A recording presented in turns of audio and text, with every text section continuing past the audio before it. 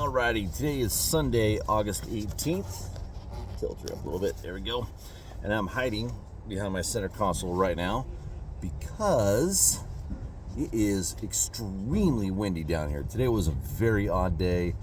I'll tell you what, this is probably the most amount of south wind I've ever experienced down here during the Buoy 10 season. And today, boy, it was howling. It was absolutely just nuclear coming out of the south. So what that did was a couple of things. First, it blew a ton of grass out of Young's Bay, and I have grass all over my boat still. It was constantly picking grass off of our gear all day long, and we kind of all had to stay on the south side of Desdemona Sands on the Oregon side just because of, oh look, more grass, just because of the wind. Yeah, so pretty much about 80% of the Buoy 10 fishery was unfishable because of the south wind when it picked up. It started probably about 10 o'clock, so we were able to fish the bottom end of the tide of the outgo, and not really much happened. It was kind of scratch fishing, one here, one there. We didn't get bit until, I think our first bite was maybe 10, 11 o'clock. I don't know what my deal is, but I have a really hard time getting bit on the bottom part of the outgo, which is not normal. That's usually one of my favorite times to catch them because it sucks them down on the bottom, get your gear all on the deck, and catch fish. But not happening like that for me lately, at least these last couple of days. So, I don't know. It was weird. Yeah, I guess you see how fast clouds are moving behind me right now, too. So after we fished the Washington side, we came over here to the Oregon side. I tried chasing water temperature, and we saw plenty of fish on the screen. Ran down to Hammond, and then followed that up to the bridge on the Oregon side, and there was actually a decent little snap at Hammond.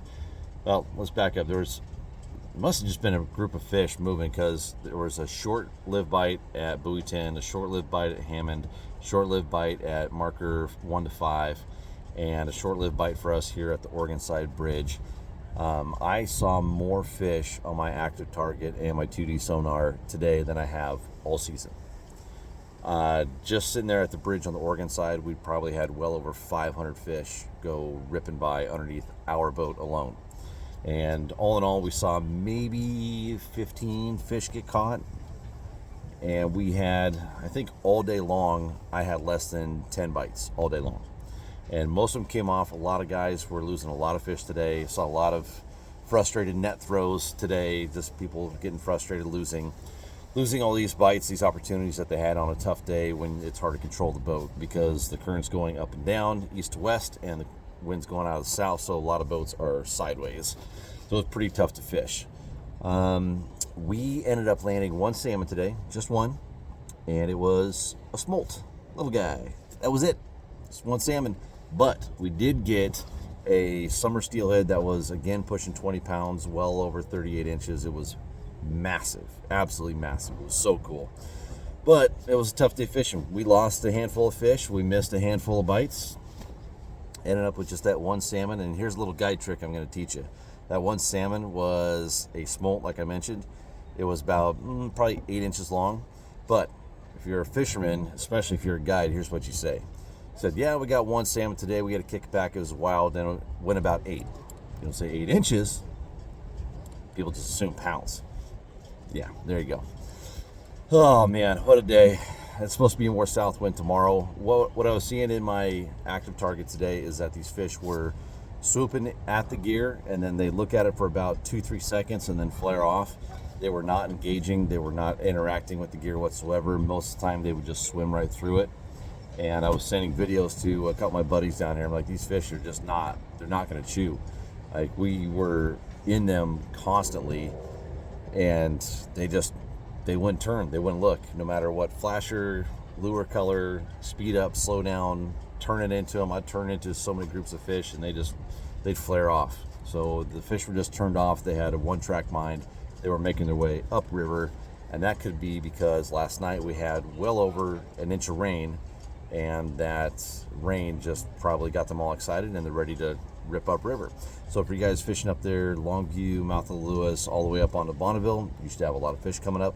We should see the counts at Bonneville jump up pretty good too. Oh man, it's going to make it tough down here in the estuary for a couple of days. We got growing tides, which hopefully brings in more coho. and I did hear of a few of those caught today. It was a tough day today. Not very often do you not land a salmon, and today was one of those days where we didn't land a salmon. Oh, except for one that went about 8, right? Yay. So, guide excuses. Well, it's the south wind. Oh, it's the barometer. Oh, yeah, fish bite the least from the south, or however the phrasing goes. But I don't know. I don't know what to do. You don't change anything. You don't mix anything up. Yesterday, we hooked plenty of fish. The day before that, we hooked plenty of fish. And like I mentioned, today I saw more fish on my active target than I've seen all season. It was obscene. Hundreds and hundreds of fish that wouldn't bite. So, tomorrow's a new day. Start over. Go back and try and dry out because it was pretty wet today and windy. Take care of his windburn face and go take a nap. Tomorrow's a new day. I'll let you guys know how it goes. Today sucked. Later.